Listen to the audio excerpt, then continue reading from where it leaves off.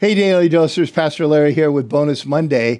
And I just want to step back and take a look at something we talked about in the weekend message and amplify it a little bit more. During the message, I talked about the three angels that were sent with their warnings. Fear God and give glory to him. Don't trust in Rome. Fallen is Babylon. And whatever it is, don't take this mark of the beast, because if you do, the judgment of God is upon you because you're going to be not accidentally taking it, but you're going to end up taking it as an act, eyes wide open, of worship. So it made me think of a passage in 2 Timothy where Paul is writing to Timothy who's going around to the various churches and trying to help strengthen them and get them kind of back in order. And he tells Timothy, listen, this is what you need to do.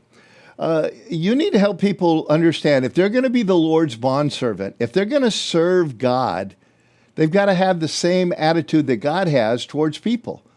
And what is that attitude? That is the attitude of loving them enough to warn them, not in the hopes that they get judged, but in the hopes that they turn around and come back.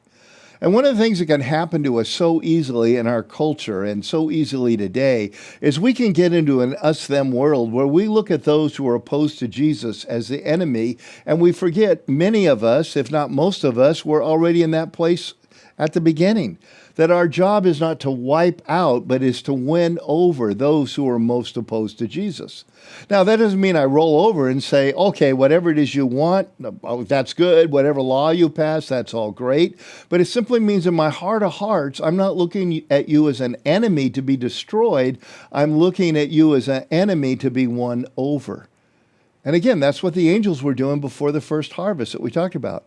Well, now let's take a look at what Paul tells Timothy to make sure everybody understands. And it starts in chapter 2, verse 24. The Lord's servant, so here's some real practical stuff. How do we play the angel's role of warning? Ready? First of all, the Lord's servant must not be quarrelsome, but kind to everyone.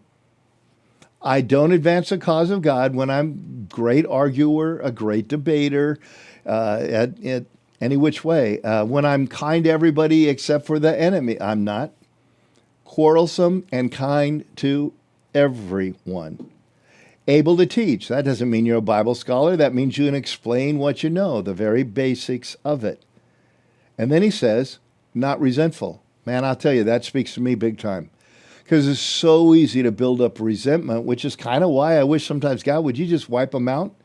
Instead of, God, will you win them over? But if I'm going to be a bondservant, I might know lots of stuff in my head, but I'm not argumentative. I'm kind to everyone, good, bad, and ugly. I'm able to teach when asked, not when not asked, and I'm not resentful. And what do I do with opponents? I gently instruct them in the hope that God will grant them repentance, leading them to a knowledge of the truth, and that they will come to their senses and escape from the trap of the devil who has taken them captive to do his will. So in this passage, we're talking about people who are doing the will of the enemy, but always remembering they are not the enemy, they're the victims of the enemy. And just as the Lord came and took us out of our captivity, my goal, my dream, if I'm the Lord's bondservant, is to warn and release, not warn and wipe out. What a change that would be. If all of us who are Jesus followers could be kind to everyone, not quarrelsome, if we could not be resentful, and if our whole goal was to find those who were even leading the enemy's parade, if our goal was to win them over to Jesus, you know what we'd be doing? We'd be doing what God has called us to do. We'd be doing what the angels did in Revelation chapter 14.